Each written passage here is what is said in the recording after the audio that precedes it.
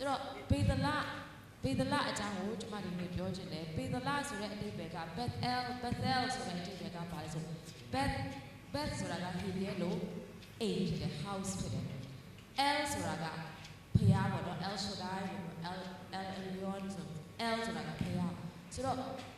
Bethel ဆိုတာကဘာလဲဆိုဖျားရဲ့အိမ်တော်ဆိုဒီနေ့ဖျားရဲ့အိမ်တော်အကြောင်းကိုကျွန်မအနေနဲ့နည်းနည်းလေးအချိန်ရှိတဲ့အချိန်လေးပါပေါ့နော်ကျွန်မအနေနဲ့ဝင်ငှခြင်းနဲ့ဒီ Bethel ကိုဘယ်နေရာမှာစပြီးတွေ့ရတယ်ဆိုလို့ရှိရင်ကပ္ပဦးကျမ်းခန်းကြီး28အငယ်10ကနေပြီးတော့20ထိဖတ်ခြင်းသူရဲ့ background ကိုပို့ပြီးတော့သဘောပေါက်သွားအောင်ပေါ့နော်ကပ္ပဦးကျမ်းခန်းကြီး28အငယ်10ကနေပြီးတော့20ဖြစ်တယ်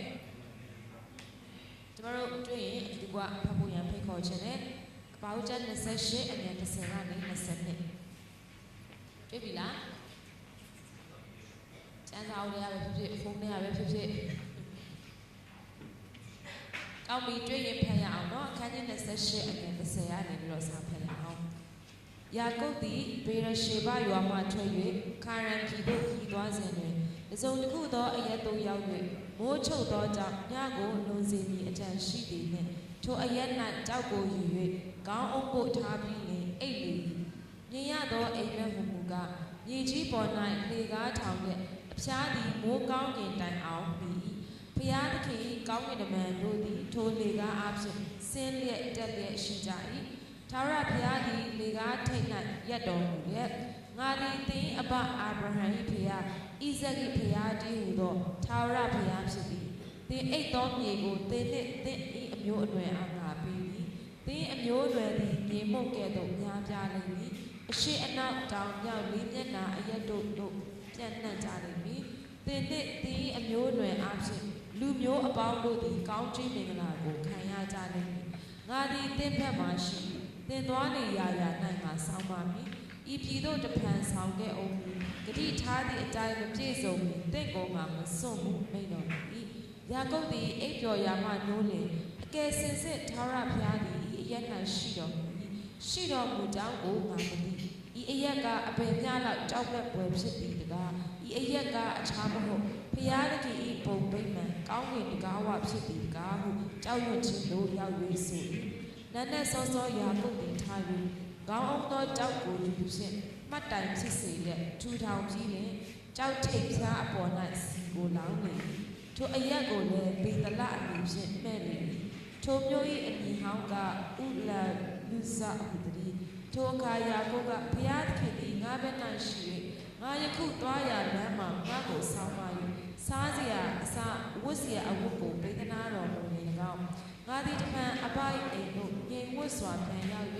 ထာဝရဘုရားသည်ငါ၏ဘုရားဖြစ်တော်မူနေ၎င်းမှတ်တိုင်ပြီး၍ငါထူထောင်သောဤကြောက်သည်လည်းဘုရားသခင်၏ဗိမာန်ဖြစ်ရမည်ပေးသနာတော်မူသည်များတို့ကိုဆယ်ဖို့တဖို့ပူဇော်ပါမည်သစ္စာပြု၏ဖတ်တော်သောကြတဲ့အားဖြင့်ရောက်ကျေးဇူးတော်နဲ့ဘုရားရှင်ကောင်းကြီးပေးပါစေကျွန်တော်တို့ဒီနေရာမှာဖတ်ရတယ်လဲဆိုလို့ရှိရင်ဒီနေရာမှာယာကုပ်ကနေပြီးတော့နော်သူ့ရဲ့အဖေဖြစ်တဲ့ဣဇက်ကိုလိမ်လည်ပြီးတော့သူ့အမေနဲ့နော်သူတို့နှစ်ယောက်ကပူးပေါင်းပြီးတော့ဒီသူ့အကိုအေးတော်ရဲ့ကောင်းကြီးကိုလူယူတဲ့အခါမှာအေးတော်ကသူ့ကိုနော်တတ်ဖို့စဉ်းစားတယ်စူးစမ်းတယ်ကြံစည်တယ်ဆိုတာကိုသိတဲ့အခါမှာသူကထွက်ပြေးတဲ့အချိန်ဖြစ်တယ်ထွက်ပြေးတဲ့အချိန်မှာနော်မိုးချုပ်တဲ့အခါမှာသူကရွာအဲ့ဒီနေရာကိုရောက်လာတယ်မိုးချုပ်တဲ့အခါကျတော့အဲ့ဒီမှာအိတ်တဲ့အခါမှာအိမ်မက်တယ်အိမ်မက်ထဲမှာပါလဲလေကားထောင်ထားတဲ့ကောင်းကင်နဲ့မြေကြီးနော်အဲ့မှာကောင်းကင်တမန်တွေတက်လိုက်ဆင်းလိုက်လောက်တဲ့အရာကိုမြင်တဲ့အခါမှာ तू ကဒီနေရာမှာဘုရားရှင်ရှိတယ်ဘုရားရှိကြောင်းပေါ်တော့မှငါမသိလိုက်ဘူးဆိုပြီးတော့ तू ကအဲ့ဒီနေရာကိုမှတ်တိုင်ကြောက်တိုင်ဆိုတော့စိုက်ထူလိုက်ဆိုတော့အဲ့ဒီနေရာကို तू ကပါခေါ်လဲပေဒလကျွန်တော်ပြောထားတဲ့ပေဒလဆိုတဲ့အဓိပ္ပာယ်ကပါလဲဆိုရှင်ဘုရားရဲ့အိမ်တော်တနည်းအားဖြင့်ကောင်းကင်တကောင်ပါတနည်းအားဖြင့်ဘုရားရဲ့အိမ်တော်ဖြစ်တယ် Beth ဆိုတာကအိမ်ဖြစ်တယ် El ဆိုတာကဘုရားဆိုဘုရားရဲ့အိမ်တော်ဖြစ်တယ်ဒီဘုရားရဲ့အိမ်တော်အကြောင်းကိုကျွန်တော်ဒီနေ့အနေနဲ့ကျွန်တော်ပြောပြချင်တယ်ဆိုတော့ဒီဘုရားရဲ့အိမ်တော်ယာကုပ်ကနေပြီးတော့ဘယ်အခြေအနေမှာဒီနေရာကိုရောက်ရှိတာလဲဆိုလို့ရှိရင်နော်ဘုရားသခင်ရှိတဲ့အရက်ကိုသူကဘယ်လိုပြောမလဲဆိုလို့ရှိရင်မတော်တဆလမ်းမှာပြီးတော့ရောက်သွားတဲ့ပုံစံတော့ဖြစ်တယ်ဆိုတော့ तू ကဖယားကိုတကူတကလိုက်ရှာပြီးတော့ဖယားတကယ်ပဲ ရှိတယ်လဲဆိုပြီးတော့တကူတကလိုက်ရှာပြီးတော့သူတွားနေတာမဟုတ်ဘူးသူ့ဒုက္ခသူ့ပြဿနာတွေကနေသူကနော်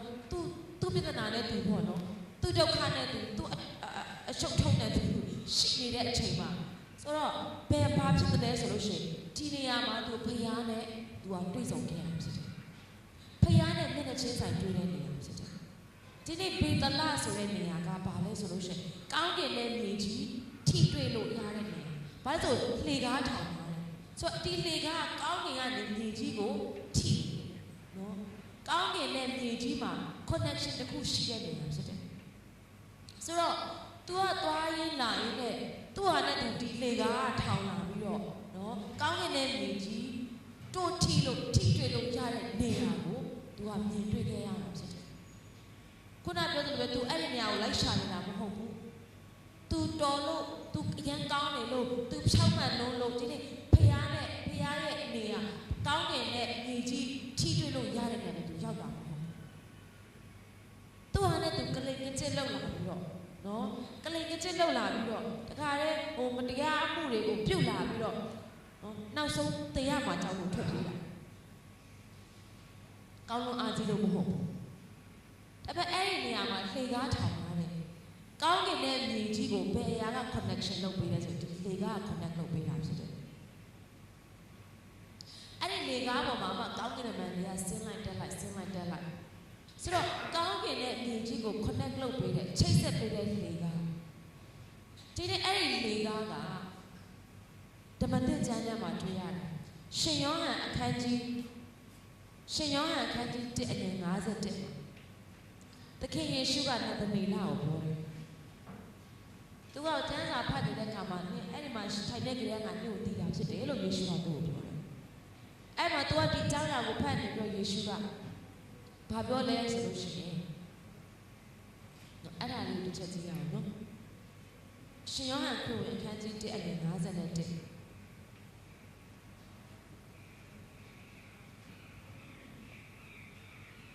အဲ့ဒီမှာသင်တို့အားငါအမှန်ကန်ဆိုသည်ကနောင်ကာလ၌ကောင်းကင်ဖွင့်လှစ်သည်ကို၎င်းဘုရားသခင်ကောင်းကင်တမန်တို့သည်လူသားရဲ့ပေါ်၌ဆင်းလက်တက်လက်ရှိနေသည်ကို၎င်းသင်တို့မြင်ရကြလက်တန်းကိုမိန့်တော်မူ၏ကောင်းကင်ဖွင့်မှာဖြစ်တယ်နောင်ကာလမှာကောင်းကင်ဖွင့်မှာဖြစ်တယ်ဒီကျွန်တော်တို့လိုချင်တာလည်းဒီကောင်းကင်ဖွင့်တဲ့တာကိုကျွန်တော်တို့လိုချင်တာဖြစ်တယ်ကောင်းကင်မှာရှိတဲ့အရာတာမြေကြီးပေါ်မှာကျွန်တော်တို့သိချင်ခံစားချင်ကောင်းကင်မှာအလိုတော်သည်ကောင်းကင်ဘုံ၌ပြည့်စုံတဲ့တို့မြေကြီးပေါ်မှာပြည့်စုံတာကိုလည်းကျွန်တော်တို့တက်တာမှာမြင်ကျင်ကြတာဖြစ်တယ်ဆိုတော့အဲ့ဒီကောင်းကင်ဖွင့်လှစ်စေတဲ့အရာကဘာလဲဆိုကောင်းကင်တမန်တို့ဒီတဲ့ဘယ်သူ့ပေါ်မှာဆင်းလက်တက်လက်ရှိတယ်လို့ပြောတယ်အငယ်51မှာလူသားရဲ့ပေါ်မှာလူသားပေါ်မှာဆင်းလက်တက်လက်ရှိတာကိုသင်တို့မြင်ရမှာဖြစ်တယ်ဆိုတော့ဒီလူသားကဘယ်သူကိုပြောတာလဲဆိုလို့ရှိရင်ယေရှုကသူ့ကိုယ်သူပြောနေတာဖြစ်တယ်ဒီလှေကားဆိုတာကကောင်းကင်နဲ့မြေကြီးကိုချိတ်ဆက်ပေးတဲ့လှေကားကောင်းကင်မှာရှိနေတဲ့ကောင်းကြီးမင်္ဂလာအဖျားဖျားတယ်မြေကြီးပေါ်မှာတက်ရောက်ဖို့ရန်အတွက်ချိတ်ဆက်ပေးတဲ့လှေကားကငါပဲလို့ယေရှုကပြောနေတာဖြစ်တယ်ဒါကြောင့်မလို့ကောင်းကင်ဖွင့်လှစ်တယ်ကိုမြင်ချင်တယ်ဆိုလို့ရှိရင်ယေရှုအားဖြင့်ကျွန်တော်တို့ကမြင်ရမှာဖြစ်တယ်အာမင်ယေရှုကပြောတယ်ငါဒီလမ်းခရီးဖြစ်တယ်လို့ပြောတာခမည်းတော်ထံကိုရောက်ချင်ငါ့ကိုအမိပြုပါရောက်မှာဖြစ်တယ်ငါကခမည်းတော်နဲ့ချိတ်နေတဲ့သူဖြစ်တယ်ငါကကောင်းကင်နဲ့မြေကြီးကိုချိတ်ဆက်ပေးတဲ့လှေကားဖြစ်တယ်လို့ယေရှုကပြောနေတာဖြစ်တယ်ဆိုတော့အဲ့ဒီလှေကားပေါ်မှာကောင်းကင်နမန်တက်လိုက်ဆင်းလိုက်လုပ်နေတာမြင်ရတာဖြစ်တယ်ကောင်းကင်မှာရှိတဲ့ကောင်းချီးတွေကိုသယ်ဆောင်လာတာဖြစ်တယ်အာမင်ဆိုတော့အဲ့ဒီနေရာ encounter နေရာဖြစ်တယ်ဒါကြောင့်ဘေဒလဆိုတာကတော့သူကဘေဒလတည်တယ်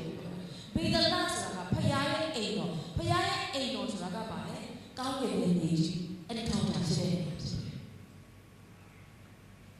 ဒီနေ့ဖခင်ကိုယာကုပ်အနေနဲ့နှစ်ဖူးတွေ့ဒူးတွေ့ခဲ့တဲ့နေရာကဘေဒလယေရှုအားဖြင့်လေကားအားဖြင့်ဖြစ်တယ်ကျွန်တော်ရဲ့တက်တာမှာရောဘေဒလဘယ်တော့မှကျွန်တော်တက်တာမှာဘေဒလတည်ရတယ်ဆိုတော့ပြန်ပြီးတော့ကိုယ်ဆန်းစစ်ဖို့ဖြစ်တယ်အာမင်ဘေဒလတည်ခြင်းရဲ့အတိတ်ဘက်ကပါလေဒီနေ့ကောင်းတဲ့အရာကတည့်ရတဲ့ခံစား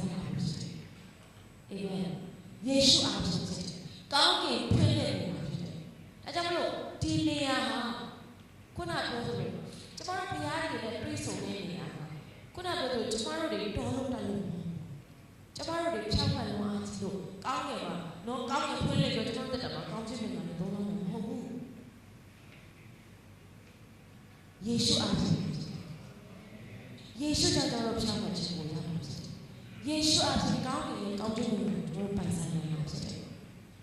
ခုနကပြောလို့ယာကုပ်ကသူ့ရဲ့ရှုပ်ထွေးနေတဲ့အခြေအနေမှာသူ့ရဲ့နော်အားနည်းခြင်းဖြစ်နေတဲ့အခြေအနေမှာသူ့ရဲ့ကြည်ကွဲနေတဲ့အခြေအနေမှာသူ့ရဲ့ရစရာမရှိအောင်လိမ်လည်လေးလှုပ်ပြီးတော့ကလိမ်ကကျစ်လှုပ်ခဲ့ပြီးတော့တရားမှာကြောက်လို့ထွက်ပြေးနေတဲ့အချိန်မှာပင်နေဖခင်ကစပြီးတော့သူနဲ့တွေ့ရဖြစ်တယ်။ဒီနေ့ကျွန်တော်ရဲ့ရှုပ်ထွေးနေတဲ့အခြေအနေကြားထဲမှာဖခင်ကစပြီးတော့ဝင်ရောက်လာတယ်ဖြစ်တယ်။ကျွန်တော်ရဲ့ရှုပ်ထွေးနေတဲ့အခြေအနေမှာပင်နေဒီနေ့ကောင်းကင်ဖွင့်လို့နိုင်တာကဘုသူအားဖြင့်လဲယေရှုအားဖြင့်ဖြစ်တယ်။အာမင်။ယေရှုကကျွန်တော်ရဲ့ဖြောင့်မခြင်းဖြစ်တယ်။ယေရှုသာလည်းကျွန်တော်ရဲ့ကောင်းကင်ကိုရောက်နိုင်တဲ့လမ်းဖြစ်တယ်။ယေရှုသာလည်းကျွန်တော်တို့ကောင်းကင်ရဲ့ကောင်းခြင်းများကိုတည်ဆောင်လာနိုင်တဲ့ပုဂ္ဂိုလ်ဖြစ်တယ်။ကျွန်တော်တို့ဘက်ကဘာမှမရှိဘူး။ကျွန်တော်တို့ဘက်ကကြည့်မယ်ဆိုလို့ရှိရင်ယာကုပ်ရဲ့ခြေတွေပဲ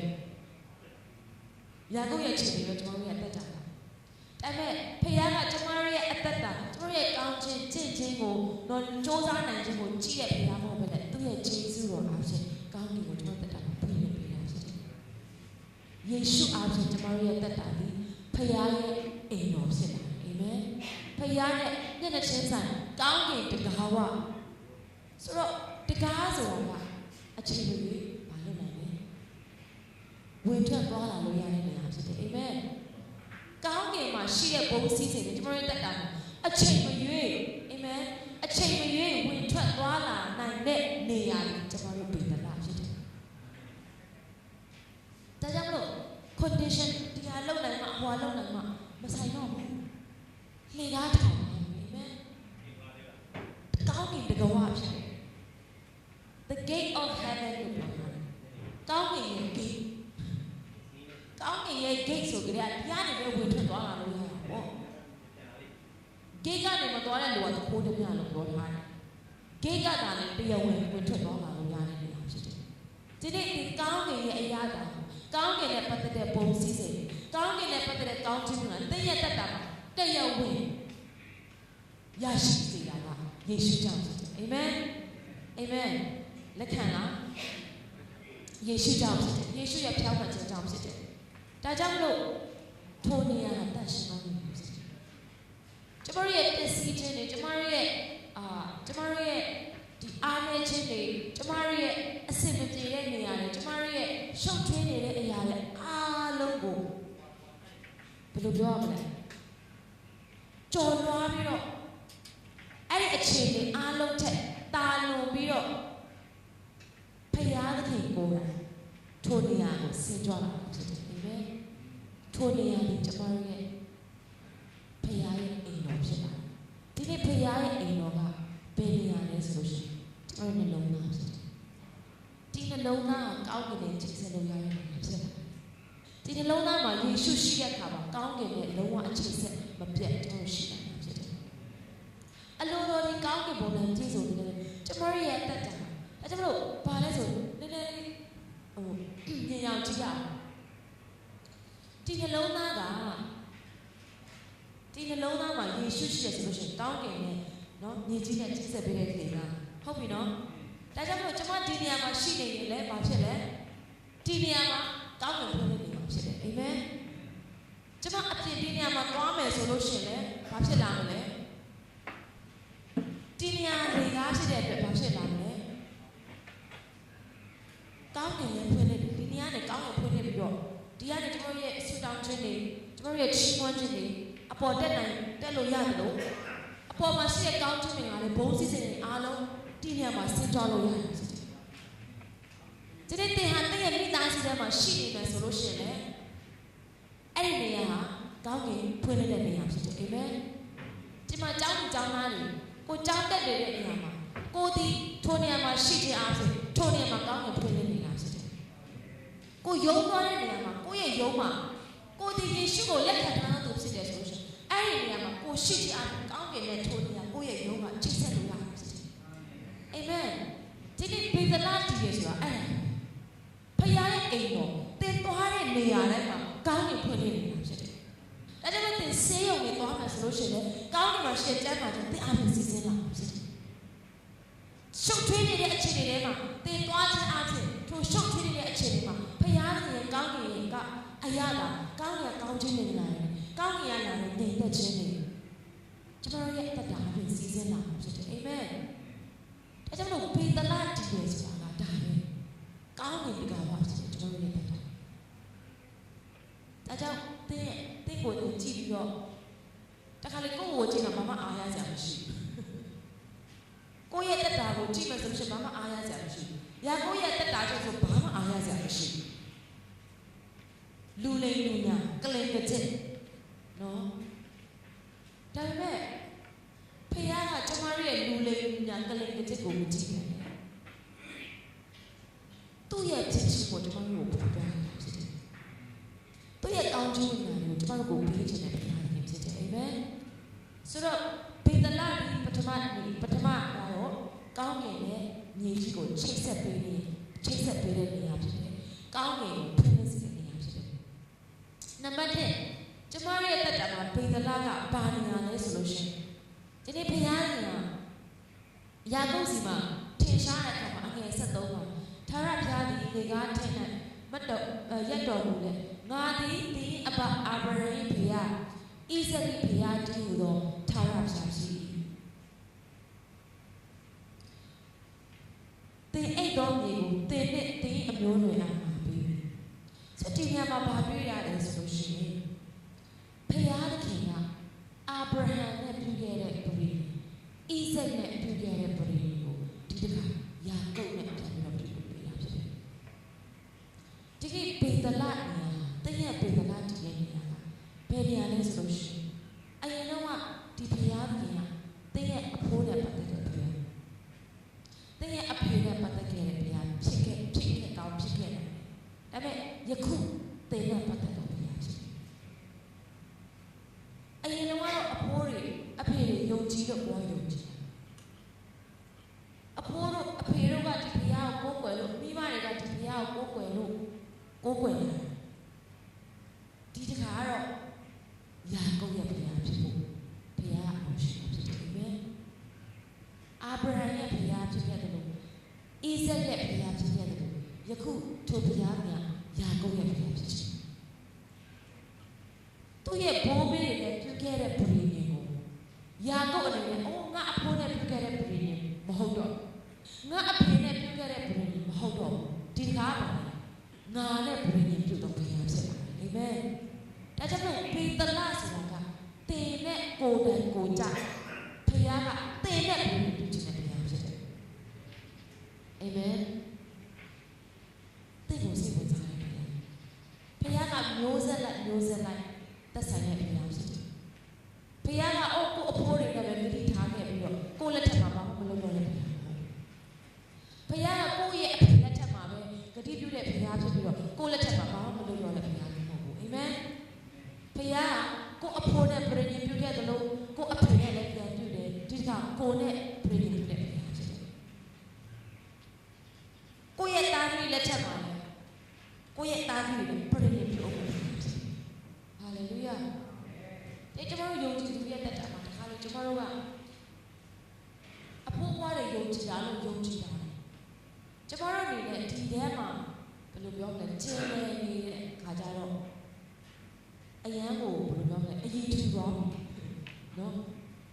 ဘုရားအကြောင်းကိုမွေးကြရတည်လားတချို့တွေဆိုမမွေးခင်ကခရစ်ယာန်ဖြစ်လာတချို့တွေကမမွေးခင်ကငါနှစ်ချင်းกว่าဆိုပြီးတော့နော်ငါအမေကိုကလေးကငါဖျက်ချောက်တက်လာတာဆိုတဲ့လူတွေကပြောချင်တဲ့လူကလည်းရှိသေးတယ်မမွေးခင်ကလေးကဒီတိုင်းနာကမမွေးခင်ကလေးအင်ဂျီဖြစ်တယ်မမွေးခင်ကလေးနှစ်ချင်းဖြစ်တယ်ဆိုပြီးတော့ကိုယ်ညဝင်ကြွားဆောင်ပြောတဲ့လူတွေပြောဆောင်ရှိတယ်ကောင်းပါလားဒါပေမဲ့မွေးပြီးတော့ရောဒီဘုရားရဲ့ဒီပြည်ရင်ဖြစ်ပြီလားအဲ့ဒါကိုစိတ်ဝင်စားတဲ့ဘုရားဖြစ်တယ်အာမင်ကျွန်တော်တို့တွေကဖို့ဖွားရတဲ့ယုံကြည်ခြင်းနဲ့ကြီးပြင်းလာကြတယ်ကျွန်တော်တို့ဒါအင်မတန်မှကောင်းတဲ့အမှုတွေဖြစ်တယ်ဒါပေမဲ့အဲ့ဖြစ်ခဲ့တဲ့အရာတွေကျွန်တော်ရှေ့ဆက်သွားလို့မရဘူးဘုရားကဘာလို့စိတ်ဝင်စားတဲ့ဘုရားဖြစ်လဲကြည့်ရှုလို့အမှုတစ်ခုဖြစ် ပြန်ပြီးတော့အတီးပြုတ်ပေးခြင်းနဲ့ဒီပရိနိကိုပဲဒီနေ့ငါအဖို့နဲ့ပြုတ်ခဲ့တဲ့ပရိနိငါအဖေနဲ့ပြုတ်ခဲ့တဲ့ပရိနိတခုတည်းနဲ့အသင်ကိုသွားစေခြင်းနဲ့ဘုရားဟုတ်ငါနဲ့ပရိနိပြုတ်တဲ့ဘုရားနဲ့သွားစေခြင်းနဲ့ဘုရားဖြစ်တယ်အာမင်သင်ကိုယ်တိုင်သင်ရဲ့ယုံကြည်ခြင်းနဲ့သင်ကိုယ်တိုင်ဘုရားနဲ့တတိသစ္စာပြုပြီးတော့ရှိသွားဖို့ဘုရားလိုရှိတာဖြစ်တယ်။ကိုယ်ပိုင်ယုံကြည်ခြင်းနဲ့အငှားယုံကြည်ခြင်းနဲ့မဟုတ်တော့ second hand ယုံကြည်ခြင်းနဲ့လည်းမဟုတ်တော့ကျမတို့တွေက second hand နဲ့သွားနေတာများတယ်။ကျမတို့ရဲ့ pastor တွေယုံကြည်ခြင်းအဲ့လိုသွားနေတာ pastor တွေရဲ့ယုံကြည်ခြင်းကိုမှီပြီးတော့တချို့တွေသူသဖြင့်ကျမတို့ဟောပေါ့နော်မိခင်ကြီးတွေဆိုအရန်စွတောင်းအားကြီးကြတယ်ဆိုတော့တားသမီးတွေကဘာလဲဆိုမိခင်ရဲ့စွတောင်းခြင်းပေါ်မှာမေးပြီးတော့လိုက်ရတယ်အမီလေးကိုနော်ဆွဲပြီးတော့တခါပဲအဲ့ဒီဟာနဲ့မရရအောင်တောင်းနေတော့မှအဲ့လိုပဲသွားချင်တာတဲ့ဘုရားကအဲ့လိုမျိုးယုံကြည်ခြင်းပေါ်လို့ရှိဘူးအာမင်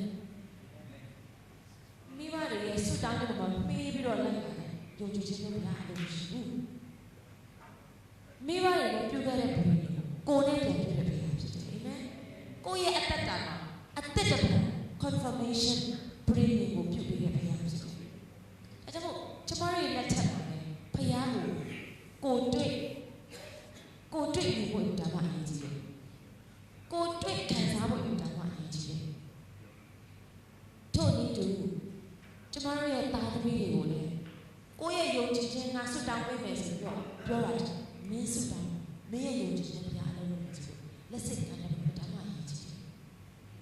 အာမင်တို့ကျမလည်းအခုကလေးကကျမသမီးကြီးကျမအမြဲပြောတယ်နေကိုယ်ရဲ့စွတောင်းနေစွတောင်းပြန်လာအောင်ငါအမေလည်းစွတောင်းပေးနိုင်ဒါပေမဲ့ဘုရားကဘာလို့ကြားချင်နေရဲ့အတန်ကြားချင်နေရဲ့ယုံကြည်ခြင်းကိုတွေ့ချင်ကျမသမီးကိုအမြဲပြောတယ်အဲ့ဒါဒီလိုလူငယ်တဲ့ဘက်ကသူတို့ကြောင်းနဲ့ကြိုင်ပွဲသူတို့သွားတယ်ချင်းမိုင်ကိုသူတို့သွားတယ်အဲ့ဒီချင်းမိုင်သွားဖို့ဆိုတာကြောင်းအနေနဲ့ကြိုင်ပွဲသွားပေးမယ်ကိုယ်စိတ်နဲ့ကိုသွားရတယ်ကိုယ်စိတ်နဲ့ကိုသွားရတယ်ဆိုတော့ကျမလက်ထဲမှာ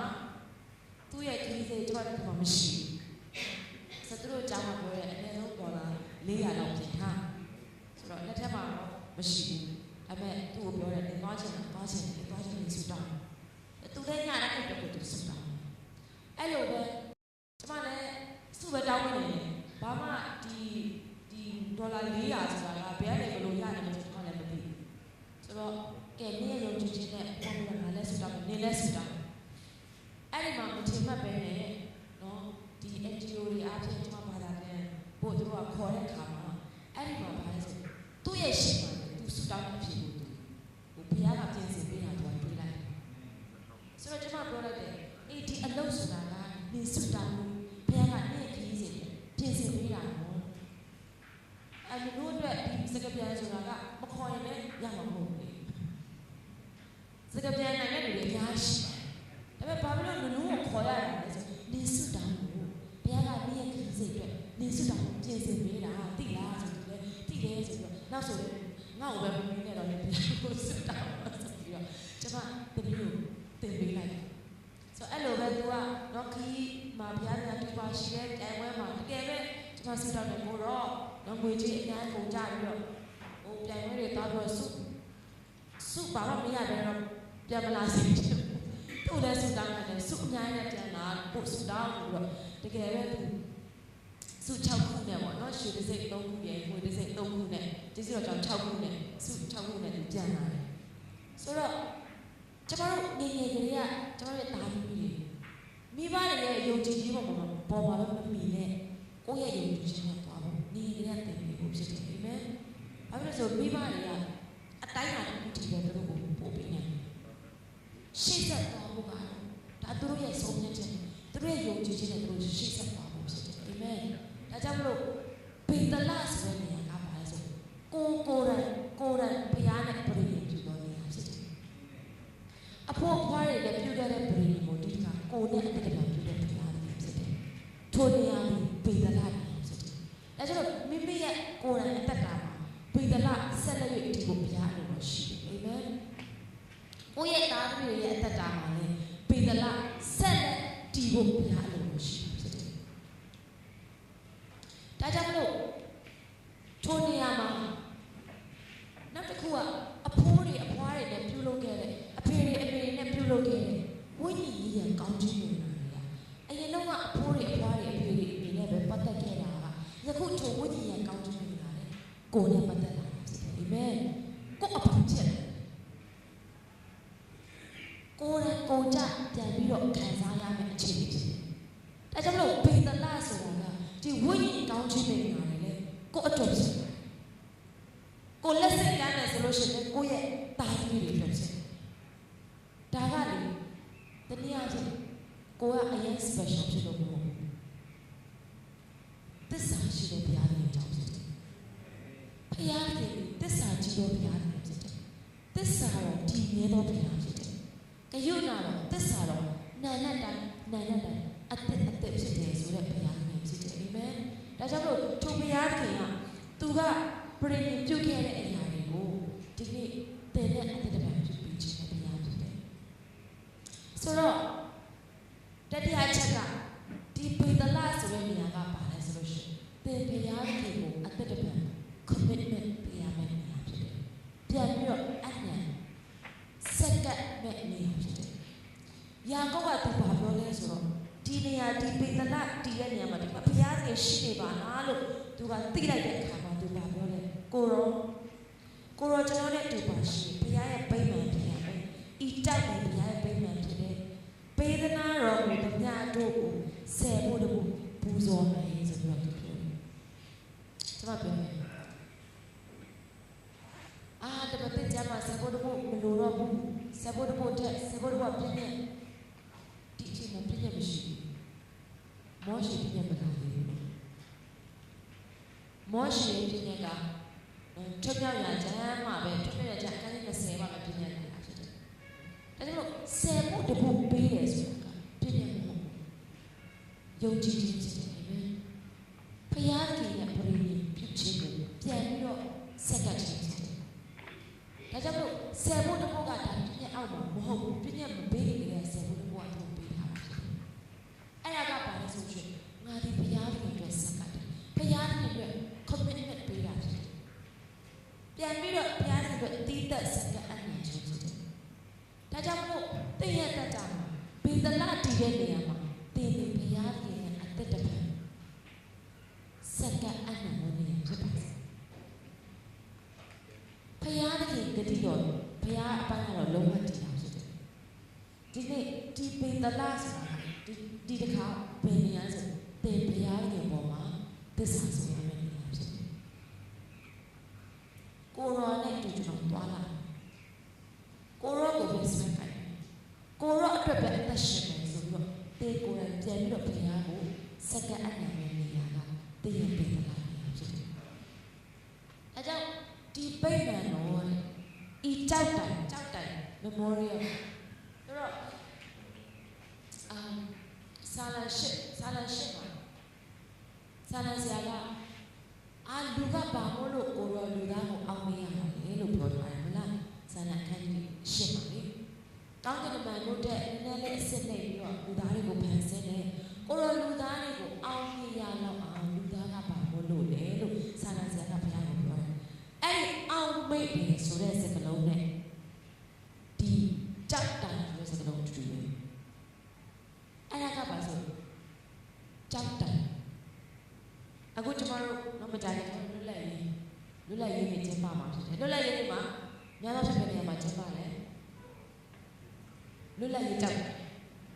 ဒီကြောက်တိုင်ကဘာထိန်းရလဲကျမတို့လွတ်လပ်ရေးရပြီဆိုတဲ့အထိန်းအမှတ်ကိုစိုက်ထူတာဖြစ်တယ်ဟုတ်တယ်နော်အောက်မေ့ဝင်ဖြစ်တယ်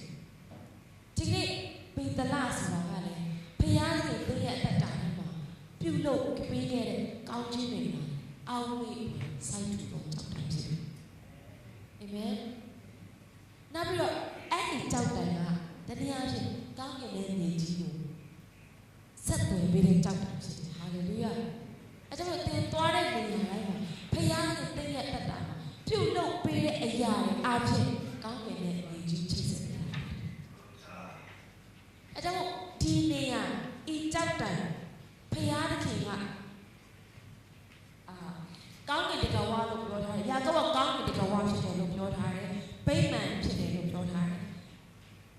ယခုအဲ့ဒီဗိမာန်ဟာတည်ဖြစ်တယ်အာမင်တည်ဖြစ်တယ်ဒီ revelation ကိုရတဲ့သူမဿဲအခန်းကြီး18မှာနော်ယေရှုကပြောလဲပေတရုစီကိုဤကြောက်ပေါ်မှာငါရဲ့အသိကိုငါတိဆောက်မရဏနိုင်ငံတကားတို့ဒီမနိုင်ရကြဘူးလို့ပြောထားတယ်ငါရဲ့အသိဆိုတာက my church I will build my church ပြောထားတယ်အဲ့ဒီဘယ်အရာကဤကြောက်ပေါ်ဤကြောက်ကဘယ်ကြောက်ကိုပြောလဲဆိုလို့ရှိရင်ပေတရုကနေပြီးတော့နော်ယေရှုကတပည့်တော်တွေကိုပြောတယ်ငါဘာလုပ်လဲလို့လူတွေကပြောကြတယ်တပည့်တော်တွေကဟိုလူကဒီလိုပြောတယ်ဟိုလူကဒီလိုပြောတယ် prophet ဖြစ်တယ်အေးရဖြစ်တယ်နှစ်ချင်းစာရောဟန်ဖြစ်တယ်လို့ပြောကြတယ်ဒါပေမဲ့ယေရှုစိတ်ဝင်စားတယ်မင်းတို့ကငါဘာလုပ်လဲလို့မင်းတို့ဘယ်လိုဖြစ်လဲကိုတွေ့ကိုပိုင်ဖြစ်လို့စဉ်းစားလိုက်တယ်အဲ့မှာကျန်တဲ့လူတွေကမဖြစ်ဘူးပေတရုတယောက်ကပဲဖြစ်နိုင်တယ်ဘာပြောလဲကိုရောဟာအသက်ရှင်နေလို့ဖခင်ရဲ့သားတော်ဖြစ်တယ်မေရှိယဖြစ်တယ်ကယ်တင်ရှင်ဖြစ်တယ်ဖခင်ရဲ့သားတော်ဖြစ်တယ်လို့ပြောတဲ့အခါမှာယေရှုကအေးမင်းအခုရထားတဲ့ revelation ပေါ့ငါရဲ့အသက်ပေါ်မှာဒီဆောင်ဖြစ်တယ်ဒီနေ့မိတ်ဆွေဟာဖခင်ရဲ့ပိတ်မှန်ဖြစ်တယ်တစ်ကောထဲမှာလည်းပေါ်ပြထားတဲ့အခန်းကြီး3အငယ်16ဒီခန္ဓာကိုယ်ဟာအခုတန်ရှင်တော်ဝင်ကျင့်ဝတ်ရပိတ်မှန်ဖြစ်တယ်ဒီခန္ဓာကိုယ်ဟာဖခင်ရဲ့အိမ်တော်ဖြစ်တယ်အာမင်ဖခင်ရဲ့အိမ်တော်ဖြစ်တယ်ဖခင်ရဲ့ပိတ်မှန်တော်ဖြစ်တယ်ဝိညာဉ်တော်ကျင့်ဝတ်ရပိတ်မှန်တော်ဖြစ်တယ်ဓမ္မဟောင်းကျမ်းထဲမှာဖခင်ရဲ့မျက်မှောက်တော်ကိုသူတို့ကအထူးနေရာတွေမှာပဲရတာဖြစ်တယ်ဘယ်နေရာမှာလဲဆိုလို့ရှိရင်ပရိညသက်တာတော်ရှိတဲ့တဲတော်ဖခင်ကမင်းတို့နဲ့ငါအတူကျင့်ဝတ်ခြင်းလေလို့ထွတ်မြောက်ရတဲ့မှာနော်ထွတ်မြောက်ရတဲ့မှာဖခင်ကမောရှိကိုပြောတယ်အဲကြောင့်လို့ငါကျင့်ဝတ်ရတဲတော်ကိုဆောက်ပါဆိုပြီးတော့အဲ့ဒီမှာနော်တဲတော်မောရှိတဲတော်ဆိုတော့ဖခင်ကအရင်ကကောင်းနေမှာပဲကျင့်ဝတ်တယ်မင်းတို့ရဲ့အလယ်မှာကျင့်ဝတ်ခြင်းတယ်ဒါပေမဲ့ငါ့ကိုတဲတော်ဆောက်ပေးပါဆိုတဲတော်ဆိုတဲ့အတိတ်ဘယ်ကပါလဲဆိုရှင်အင်္ဂလိပ်လို tabernacle နော် tabernacle ဆိုတဲ့အတိတ်ဘယ်ကအင်္ဂလိပ်ဆို dwell ဆိုတာနေထိုင်တာကျင့်ဝတ်တာမင်းတို့ရဲ့ဓာတ်မှာကျင့်ဝတ်ခြင်းလဲဆိုတော့တဲတော်ကိုဆောက်တယ်ဆိုတော့အဲ့ဒီတဲတော်မှာဆောက်ထားတဲ့အရာတွေကရွှေငွေတွေတို့လူကြတယ်အရန်ကိုတန်ဖိုးရှိတယ်ရွှေစင်တွေနဲ့ပဲလုပ်ထားတယ်အပြီးတဲ့ခါကျတော့သူတို့ကရှောလမုန်ဗိမာန်တော်ကိုဆောက်တယ်ရှောလမုန်ဗိမာန်တော်ကိုဆောက်တဲ့အခါမှာလည်းဘုရားရဲ့ဘုန်းတော်ကကြီးမားစွာညမတော်ကကြီးမားစွာအဲ့ဒီမှာတရားလာတယ်ရှောလမုန်ရဲ့ဗိမာန်တော်ကကြီးကျယ်ခမ်းနားထင်ဝါစွာဆောက်တဲ့အခါမှာတန်ဖိုးကခုနတော်ထဲမှာဆောက်တဲ့တဲတော်တဲ့အစပေါင်းဆိုတန်ဖိုးပို့ရှိနော်ငွေချင်းမြောက်များစွာရွှေငွေတွေမြောက်များစွာသူတို့ကပေးကြတယ်ဆောက်ကြတယ်ဘုရားရဲ့ညမတော်ရှိတဲ့အရန်ကိုတန်ဖိုးရှိတယ်အဲ့ဗိမာန်ဒါပေမဲ့အခုဓမ္မသစ်ကာလထဲမှာအဲ့ဒီဓမ္မဟောင်းတော့ကရွှေငွေပဒမြားတွေတဲ့အင်မတန်မှဖိုးတန်တဲ့အရာတွေတဲ့ဗိမာန်တော်ကအခုဓမ္မသစ်ကာလထဲမှာဘယ်သူလဲဆိုလို့ရှိရင်မိတ်ဆွေဖြစ်တယ်မိတ်ဆွေရဲ့အထဲမှာဘုရားကတည်ဝင်နေဖြစ်တယ်မိတ်ဆွေရဲ့ခန္ဓာကိုယ်ကတဲတော်ဖြစ်တယ်ဘုရားကြီးတည်ဝင်တော်နေဖြစ်တယ်ဒါကြောင့် Bethel ဆိုတာမိတ်ဆွေဖြစ်တယ်။တဲတော်ဆိုတာမိတ်ဆွေဖြစ်တယ်။ဗိမာန်တော်ဆိုတာလည်းမိတ်ဆွေဖြစ်တယ်။ဒါကြောင့်သင်သွားတဲ့နေရာတိုင်းမှာကောင်းကင်ဘုရားနဲ့နေတာ။သင်သွားတဲ့နေရာတိုင်းမှာဘုရားရဲ့ဘုန်းတော်ကိုသင်ဆောင်နေတာဖြစ်တယ်။သင်သွားတဲ့နေရာတိုင်းမှာဘုရားရဲ့ဘုရားသခင်ရဲ့ဂတိတော်ကိုပြည့်စုံနေတာဖြစ်တယ်။အာမင်။ဒါကဘုသူကြောင့်ယေရှုကြောင့်ဖြစ်တယ်။ယေရှုရဲ့တန်ရှင်သောအဖို့မဖြစ်နိုင်သောအသွေးတော်နဲ့ရွေးဝယ်ထားတဲ့ကြောင့်မို့ကောင်းကင်မှာရှိသောစီးစိမ်အားလုံးယေရှုအသွေးတော်အဖြစ်သင်ပိုင်ဆိုင်ပါမယ်။ကျွန်တော်သင်သွားတဲ့နေရာမှာကြားမှာခြင်းရှိပါဖြစ်တယ်။သင်သွားတဲ့နေရာမှာလွတ်မြောက်ခြင်းရှိပါဖြစ်တယ်။အာမင်။အဲ့တော့သင်ဒီဘုရားမှာဖြစ်တယ်။ဖခင်ရဲ့အိမ်တော်ဖြစ်တယ်။အဲ့တော့ကိုယ်ဘုရားလို့ပြောပါ။သင်ဘုရားဖြစ်တယ်။ကိုယ်ဘုရားလို့ပြောပါဘယ်လိုကြောင့်လဲကျမလည်းအတန်ဝင်တော့အားရပါမအော်တယ်ဒါပေမဲ့အထဲမှာတော့အရင်အားပြည့်တင်ပြီးပေဒနာဖြစ်တယ်လို့ပြောရတယ် ဒီကိုပြောပါဦးကဲဒီကကိုကိုပြောငါဟာကောင်းကင်တကယ်ဝါဖြစ်တယ်ပြောပါလက်စီမိတ်ပြီးတော့ပြန်ပြောပါ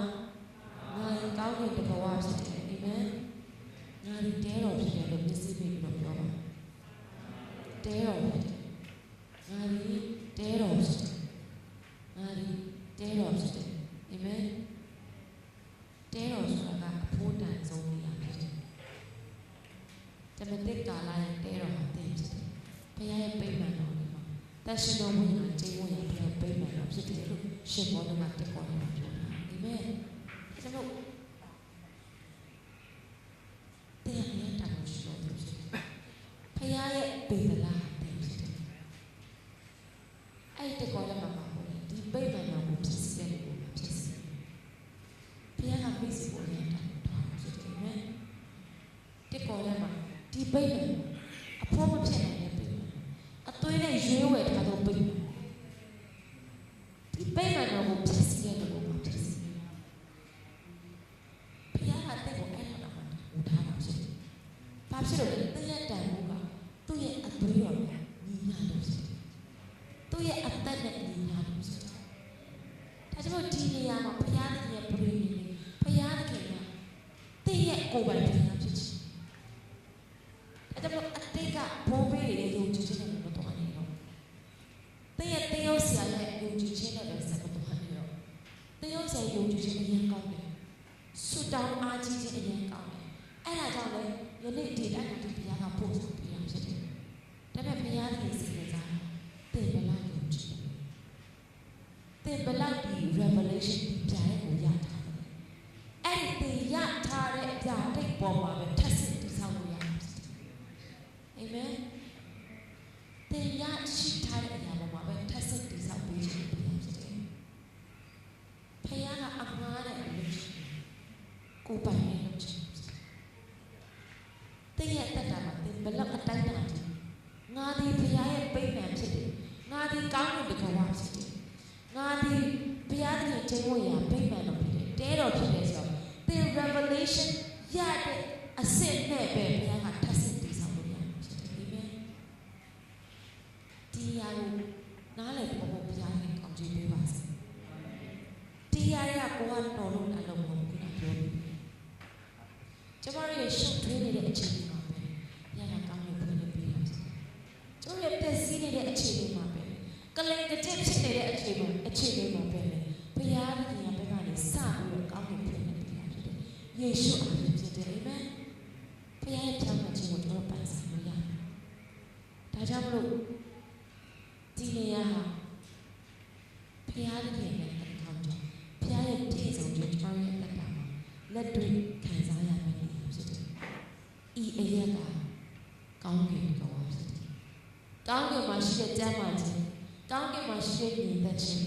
ကောင်းကင်မှာရှိတဲ့ဘုံစည်းစိမ်ကျွန်တော်ရဲ့အသက်တာမှာလက်တွေ့ခံစားရမယ့်နေရာဖြစ်တယ်။အဲ့ဒါကလည်းတခြားနေရာမှာလိုက်ရှာဖို့မဟုတ်ဘူး။အဲ့ဒါကဘယ်နေရာလဲဘယ်နေရာလဲကောင်းကင်တကယ်ဝါလို့ဝန်ခံထားတဲ့နေရာဘယ်နေရာလဲပြန်ပြီးတော့ဝန်ခံရအောင်ဘယ်နေရာလဲဒီနေရာပဲအာမင်ဒီနေရာပဲတခြားနေရာရှာဖို့မဟုတ်ဘူးတခြားနေရာလည်းမရှာဒီနေရာပဲကောင်းကင်ကလာစေလေကားထောင်လို့ရတဲ့ဒီနေရာဖြစ်တယ်ဘာဖြစ်လို့လဲယေရှုရှိတဲ့နေရာဖြစ်တယ်အာမင်တဲ့နှလုံးသားထဲမှာယေရှုတည်ဖို့တယ်ဆိုလို့ရှိရင်ကောင်းကင်နဲ့လုံးဝချိတ်ဆက်ထားတယ်အလိုတော်ကကောင်းကင်ဘုံမှာပြည့်စုံတယ်လို့ပဲတဲ့နှလုံးသားထဲမှာပြည့်စုံတော့မှာဖြစ်တဲ့အတွက်သင်သွားတဲ့နေရာတိုင်းမှာအလိုတော်လေးပြည့်စုံအာမင်အကြောင်းကိုယေရှုတော်ရှိလို့ဒီနေ့သင်မသိသေးဘူးဆိုလို့ရှိရင်လည်းအခုသင်သိတော့တယ်တခါလေဘုရားသခင်ရဲ့ပိတ်တွေကဘုရားသခင်ပေါ်ပြတဲ့အခါမှာတခါလေကျွန်တော်တို့ကဟာဘယ်ပေါ်ပြတာလဲဆိုလို့ရှိရင်တခါလေဘယ်လိုပြောမလဲပူလာပြီးတော့ပူထူလာပြီးတော့တခါလေကျွန်တော်ဝေးရထားပြီးတော့လူကတုံလာပြီးတော့အဲ့ဒီချိန်မှာဘုရားမျက်မှောက်တော်ခံရရတယ်လို့ထင်တယ်တခါလေဘုရားရဲ့မျက်မှောက်တော်ကရာဂုတ်လိုပဲတိတာမသိနိုင်ရှိတယ် အိတ်စိတ်အိတ်ပြောတယ်ဟောဒီနေ့မပြတ်မျက်မှောက်တော်ရှိပြီပါအာမင်အဲကြောင့်ဘုရားရဲ့မျက်မှောက်တော်ကလည်းတည့်ရခန္ဓာကိုယ်ပေါ်မှာရှိန်ကနေခံရမှာမဟုတ်ပါဘူးယာတော့တိတော်မသိဘူးအိတ်ပြောတယ်ဘုရားမျက်မှောက်တော်အဲ့ရှိအဲ့ဒါကဘာကြောင့်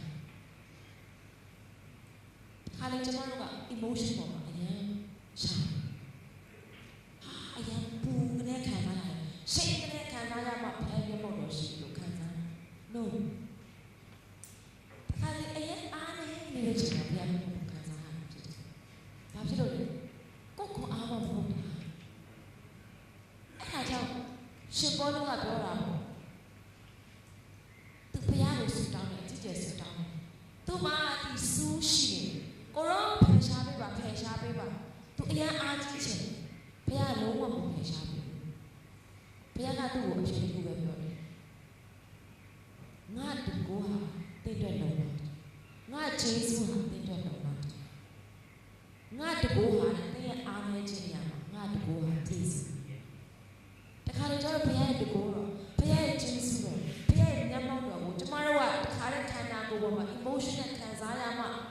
ထိတွေ့ကြိုက်တယ်လို့ရမှရှိတယ်လို့ပြောတယ်မဟုတ်ဘူးကျမတို့အရင်အားနေနေတဲ့ချိန်မှာသူ့တကူဟာဂျေစုဖြစ်တယ်အာမင်သူ့တကူဟာရှိနေတာဖြစ်တယ်သူ့မျက်မှောက်တော်မှာရှိနေတာဖြစ်တယ်ကောင်းကင်တကားကဖွင့်နေတာဖြစ်တယ်ကျမတို့ဒါတော့သိပြီးဖြစ်စီမသိပြီးဖြစ်စီခံစားနေဖြစ်စီမခံစားနေဖြစ်စီအာမင်ဒီထဲမှာယေရှုရှိရဆိုလို့ရှိရင်တရားသက်တာကကောင်းကင်တကားဖွင့်နေတာဖြစ်တယ်ဒါကြောင့်မို့ကျမတို့ခံစားချက်ပေါ်မှာမရက်တည်ပြီးကိုအမြဲတမ်းအရေးကြီးတယ်လူပုဂ္ဂိုလ်ပေါ်မှာမရက်တည်ပြီးကိုအမြဲတမ်းအရေးကြီးတယ်ဒါကကျမတို့ဟိုပုဂ္ဂိုလ်နဲ့ဆူတောင်းပေးမှမဟုတ်ဘူးတဲ့အသက်တာမှာယေရှုရှိတယ်ဆိုလို့ရှိရင်သင်ဟာကောင်းကင်နဲ့ချိတ်ဆက်ရတာလည်းဖြစ်တယ်။အချိတ်ဆက်ပြီးအေရိယာပြန်ပါရောက်နေပါတယ်ဖြစ်ဆိုတော့မရှိဘူးအာမင်။အမြဲတမ်းပဲအချိတ်ဆက်ပြီးတာဖြစ်တယ်။အမြဲတမ်းလိုက်ပြီးနေတာဖြစ်တယ်။ဟာလေလုယာ။သင်ခံစားချက်ပေါ်မှာမူတည်ဘူး။သင်ရဲ့အခြေအနေပေါ်မှာမူတည်ဘူး။အခြေအနေတစ်ခုတည်းပေါ်မှာမူတည်တာ။ဘာအဲ့ဒီအခြေအနေကပါလဲ။သင်ရဲ့သက်တာမှာယေရှုရှိတယ်ယေရှုရဲ့ဖြောင်းမှတ်ခြင်းအဖြစ်ဖြစ်တယ်။အဲဒီယေရှုရဲ့ဖြောင်းမှတ်ခြင်းအဖြစ်ပြန်ကောင်းကင်နဲ့အမြဲတမ်းအခြေဆက်ရတာတော့ဖြစ်တယ်။လိုက်မပြီးစရာအကြောင်းမရှိဘူး။လိုက်ပိတ်စရာအကြောင်းမရှိတယ်။ကိုယ့်ရဲ့တက်တာမှာကိုယ့်ရဲ့အဖြစ်တွေရှိရဆိုလို့ရှိရင်တော့လိုက်ကိုပိတ်စီတယ်နော်။လိုက်ပိတ်တဲ့ဘက်ထရီကိုကုန်တယ်ဆိုလို့ရှိရင်ပြန်ကြည့်ဖို့ပဲ။အာမင်။ဘက်ထရီကုန်သွားရင်အခြေဆက်မမိဘူးလေ။ဟုတ်တယ်နော်။ဘာသွင်းရမလဲ။ခြားခြင်းပြန်တင်ဖို့။တခါလေကောင်းကင်နဲ့အချိန်ဆက်တိတ်မမိတော့ဘူးဆိုလို့ရှိရင်ခြားခြင်းနဲ့ပြန်သွင်းရအောင်။ဘက်ထရီတောင်းသွားလို့လည်းဖြစ်တယ်။ကိုယ့်ရဲ့အတွင်းလူကိုပြန်ပြီးတော့ခြားခြင်းပေးဖို့ဖြစ်တယ်။အာမင်။ခြားခြင်းပေးဖို့လည်းကိုယ့်နဲ့ဖခင်နဲ့ပြန်ချိန်ဆက်ဖို့ဖြစ်တယ်။ဟာလေလုယာ။ဖခင်ကအရင်ကောင်းနေတာ။ကျွန်တော်တို့လိုအပ်တဲ့ကျွန်တော်တို့ကောင်းကြီးရဖို့ကျွန်တော်တို့အတွက်ဖြောင်းမှတ်ခြင်းရဖို့ကျွန်တော်တို့အနာရောဂါနည်းဖို့ကျွန်တော်တို့ရဲ့လမ်းကြီးဖြောင်းချဖို့လုံအပ်တဲ့အရာတွေအားလုံးယေရှုကမတည်ပြီးသားဖြစ်တယ်။အဲ့ဒီယေရှုကဘာမှလဲအလုံးသားနဲ့မရှိဘူးဖြစ်တယ်။အာမင်။ဒါတော့အလုံးစုံယေရှုအဲ့ဒါအလုံးစုံယေရှုဆိုတာအဲ့ဒါတခါလေကျွန်တော်ရဲ့တက်တာအဲ့ကျွန်မကိုယ်လောရဆိုလို့ရှိရင်ပြဿနာအကြီးကျယ်ရင်ဆိုင်ရတဲ့အခါဘယ်လိုဆူတောင်းလို့တောင်းရမှန်းမသိဘူး။ဘာစကလုံးနဲ့တောင်းရမှန်းမသိဘူး။ဒီလိုတောင်းရင်လည်းမပြည့်စုံဘူး။ဒီစကလုံးနဲ့တောင်းရင်လည်းမပြည့်စုံဘူး။ဆိုတော့နောက်ဆုံးကျွန်မအဲ့တော့ကျွန်မပါတဲ့ချင်းနဲ့ကိုအားယူလဲဆိုလို့ရှိရင်ဒီ Hillsong ရဲ့ချင်းthe name of Jesus. What a powerful name is. Hillsong အချင်းအသက် the name of Jesus ယေရှုရဲ့နာမအချင်းအသက်တခု